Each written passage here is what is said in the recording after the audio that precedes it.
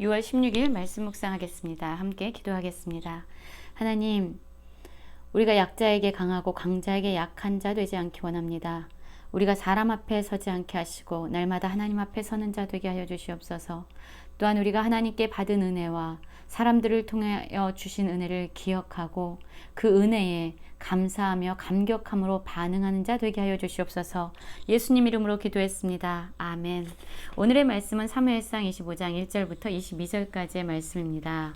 말씀을 함께 살펴보시기 전에 개인적으로 말씀을 꼭 읽으시고 묵상하는 시간 가지시기 바랍니다. 25장 1절입니다. 사무엘이 죽음에 온 이스라엘 무리가 모여 그를 두고 슬피 울며 라마 그의 집에서 그를 장사한지라. 다윗이 일어나 바란 광야로 내려가니라 라는 말씀으로 시작하고 있습니다. 사무엘이 죽었습니다. 이스라엘을 위해서 하나님 앞에 기도하는 자였고 또한 그들을 하나님의 품으로 인도하는 자였습니다. 기도를 통해서 이 땅에 태어났고 또한 하나님 앞에 머물며 하나님을 섬기고 백성들을 하나님의 말씀으로 이끌었던 사람이죠. 이스라엘의 리더가 죽었습니다. 사무엘. 그가 죽자 이스라엘 온 무리가 모여서 슬피 울었다라고 말하고 있지요.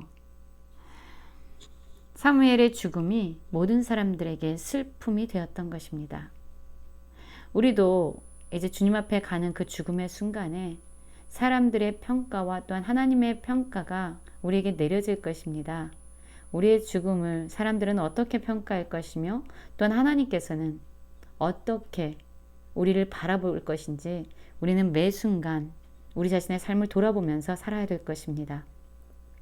2절입니다. 마온에 한 사람이 있는데 그의 생업이 갈멜에 있고 심히 부하여 양이 3,000마리요 염소가 1,000마리이므로 그가 갈멜에서 그의 양털을 깎고 있었으니 그 사람의 이름은 나발이요 그의 아내의 이름은 아비가일이라. 그 여자는 총명하고 용모가 아름다우나 남자는 완고하고 행실이 악하며 그는 갈렙 족속이었더라 라고 말하고 있죠.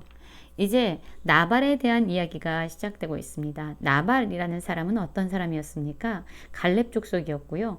또한 심히 부자였습니다.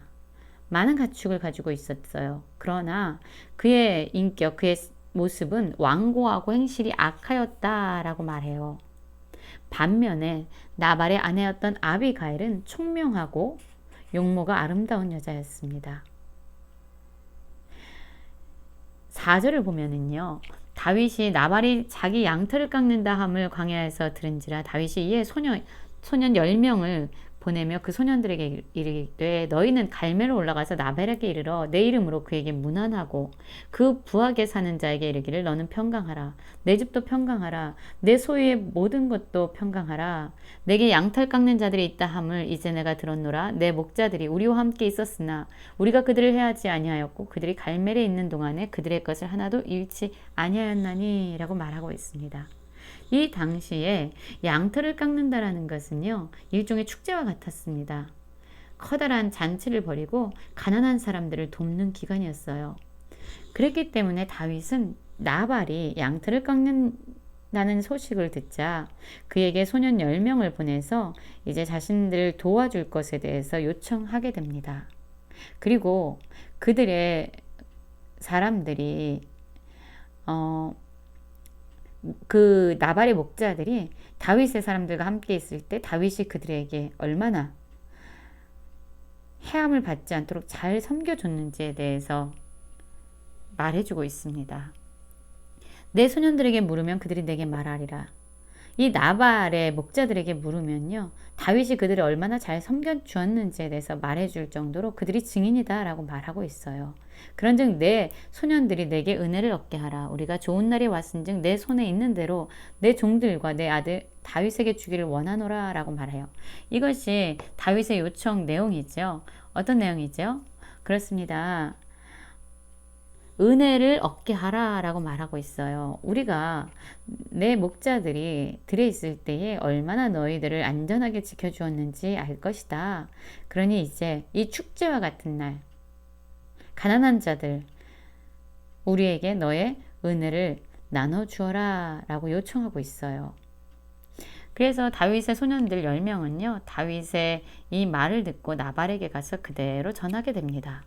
그런데 나발의 대답을 한번 보실까요? 나발이 다윗의 사환에게 대답하여 이르되 다윗은 누구며 이새의 아들은 누구냐? 요즘에 각기 주인에게서 억지로 떠나는 종이 많도다.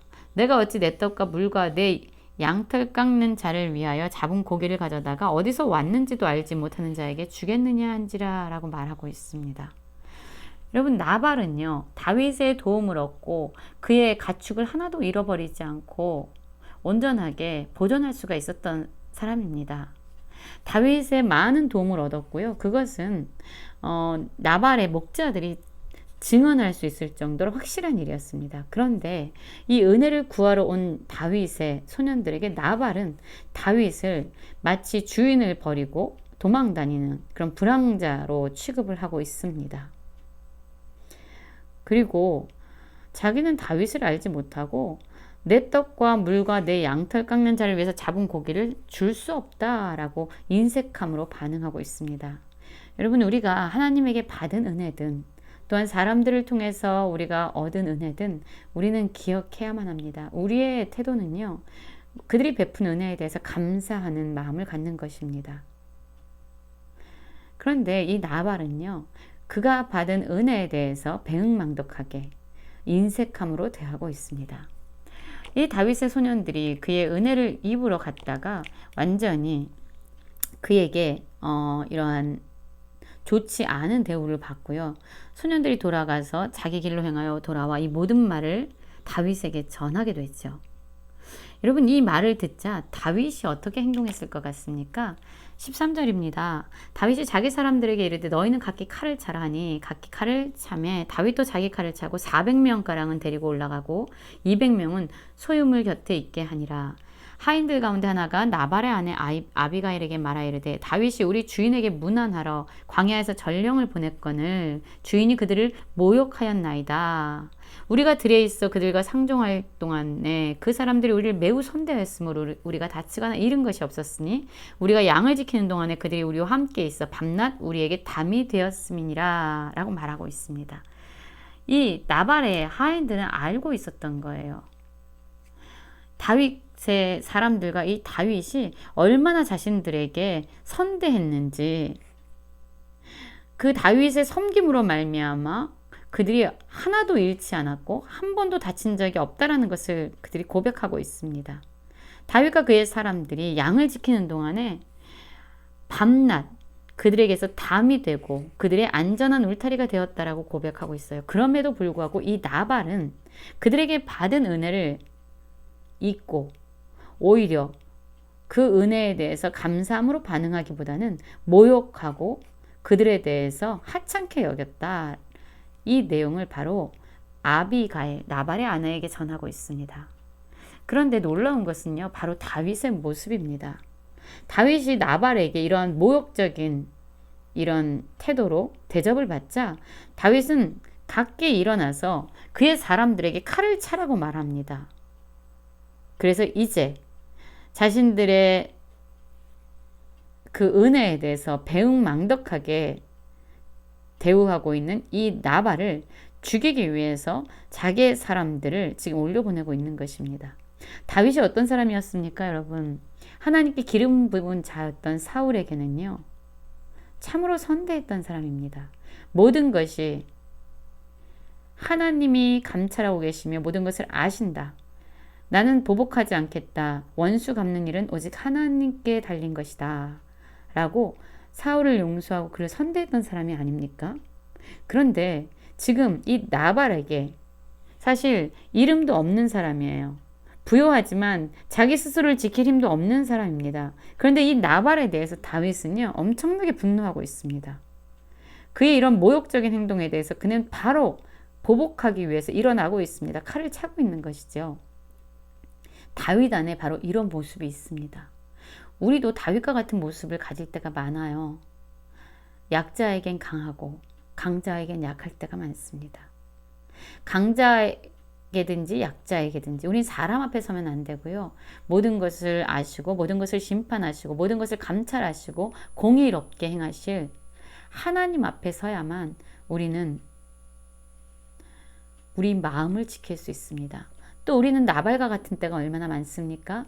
하나님이 주신 은혜를 잊어버리고 배은망덕하게 지낼 때가 얼마나 많습니까? 얼마나 인색할 때가 많습니까? 하나님께 받은 은혜에 대해서는 감격하면서 하나님께 드려야 될 것에 대해서는 우리가 얼마나 인색함으로 나발처럼 대하고 있습니까?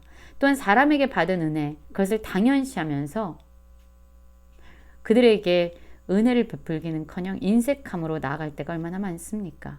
나발의 모습도 다윗의 모습도 우리에게는 정말로 많이 내재되어 있는 모습이 아닐 수 없지요. 17절입니다. 그래서 이 종들이요, 이 나발에게 가지 아니하고 아비가일에게 와서 지금 상황에 대해서 다 설명하고 있어요. 그러면서 이렇게 요청합니다. 그런즉 이제 당신은 어떻게 할지를 알아 생각할지니 이는 다윗이 우리 주인과 주인의 온 집을 해하기로 결정하였다라고 말하고 있어요. 이때 다윗은 하나님 앞에 서지 않았습니다. 그를 모욕하는 나발의 행동에 대해서 분노하고 있습니다. 그리고 즉각적으로 그 감정을 앞세우면서 복수하기 위해서 가고 있는 것이죠. 이 주인에 대한 나발에 대한 이 하인들의 평가가 어떠한지 한번 보실까요? 주인은 불쌍한 사람이라 더불어 말할 수 없나이다. 말을 섞을 수조차 없을 정도로 불쌍하다라고 말합니다. 그래서 그때 이 아비가일, 그 모든 상황을 알게 된 아비가일은요, 많은 음식을 가지고 갑니다. 그리고 이 모든 일에 대해서는 나발에게 알리지 아니하고 이제 다윗을 만나러 가는 것이죠. 그리고 그에게 선대해 주기를, 나발에게 보복하는 일을 멈추기를 요청하게 됩니다. 다윗이 이미 말하기를 내가 이 자의 소유물을 광야에서 즉각 그 모든 것을 하나도 손실이 없게 한 것이 진실로 허사라. 그가 악으로 나의 선을 갚는도다. 내가 그에게 속한 모든 남자 가운데 한 사람이라도 아침까지 남겨두면 하나님은 다윗에게 벌을 내리고 또 벌을 내리시길 원하노라. 이렇게 다윗이 나발에 대해서 분노하고 있습니다. 내가 친히 복수하겠다. 나의 선에 대해서 악으로 갚는 자.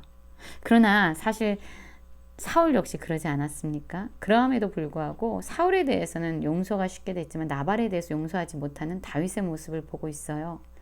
그러나 이제 내일 이야기는 이 다윗에게 나아간 지혜로운 여인 아비가일에 의해서 다윗의 분노가 잠잠게 됩니다.